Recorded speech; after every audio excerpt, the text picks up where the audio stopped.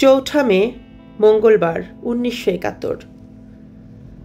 শহীদ জননী জাহানারা ইমামের কলমে 71-এর দিনগুলির সেদিনের ঘটনা বর্ণনা করছি।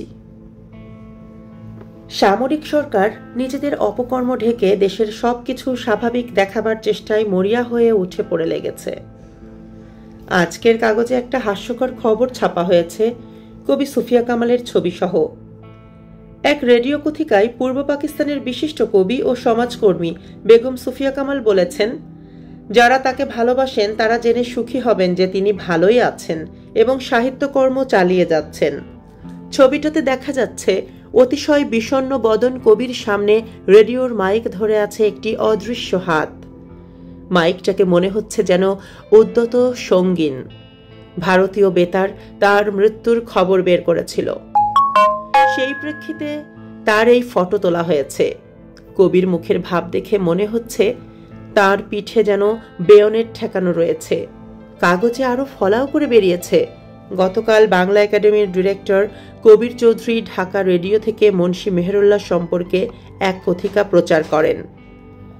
সম্প্রতি কতিপয় মার্কিন সংবাদপত্রে একটি বিজ্ঞাপনের মাধ্যমে জনাব কবির চৌধুরীর পরিবারবর্গকে সাহায্যের জন্য আবেদন ছাপিয়ে তিনি সাম্প্রতিক গোলযোগে মারা গেছেন একথা বোঝানোর চেষ্টা করা হয়।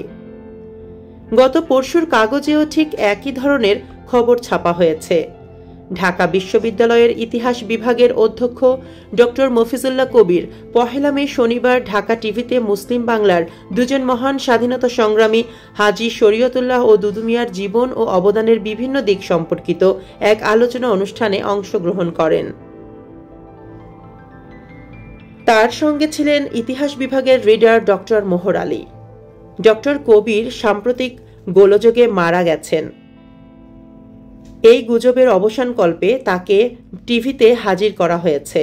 আমাদের মতো অখ্যাত রেডিও টকার ছাড়াও ওরা এখন বিভিন্ন গুরুত্বপূর্ণ পদে অধিষ্ঠিত বিখ্যাত লোকদের ধরে ধরে রেডিও টিভিতে হাজির করে সবাইকে জানাতে চাচ্ছে ওরা সামরিক জান্তার হত্যাযজ্ঞের শিকার হয়নি। খুব ভালো কথা। সামরিক জান্তা দর্শন বিভাগের অধ্যক্ষ ডক্টর জি.সি. দেব, জগন্নাথ হলের প্রভোস্ট ডক্টর জ্যোতির্ময় গুহ ঠাকুরতা, স্ট্যাটিস্টিক্স বিভাগের অধ্যক্ষ মনিরুজ্জামান, ভূতত্ত্ব বিভাগের সিনিয়র লেকচারার জনাব মুক্তাদির, সয়েল সায়েন্সের সিনিয়র লেকচারার ডক্টর এফ.আর. খান, গণিত বিভাগের লেকচারার জনাব শরাফত আলী, ফিজিক্সের জনাব খাদেম, অ্যাপ্লায়েড ফিজিক্সের মিস্টার ভট্টাচার্য, শিক্ষা ও গবেষণা ইনস্টিটিউটের মিস্টার সাদেক ও ডক্টর সাদাত আলী, এনাদেরকেও একে একে এনে রেডিও টিভিতে হাজির করুক না, বলুক না সারা দুনিয়ার লোককে যে এনাদেরকে ওরা 25শে মার্চের কালো রাত্রে গুলি করে মেরে ফেলেনি।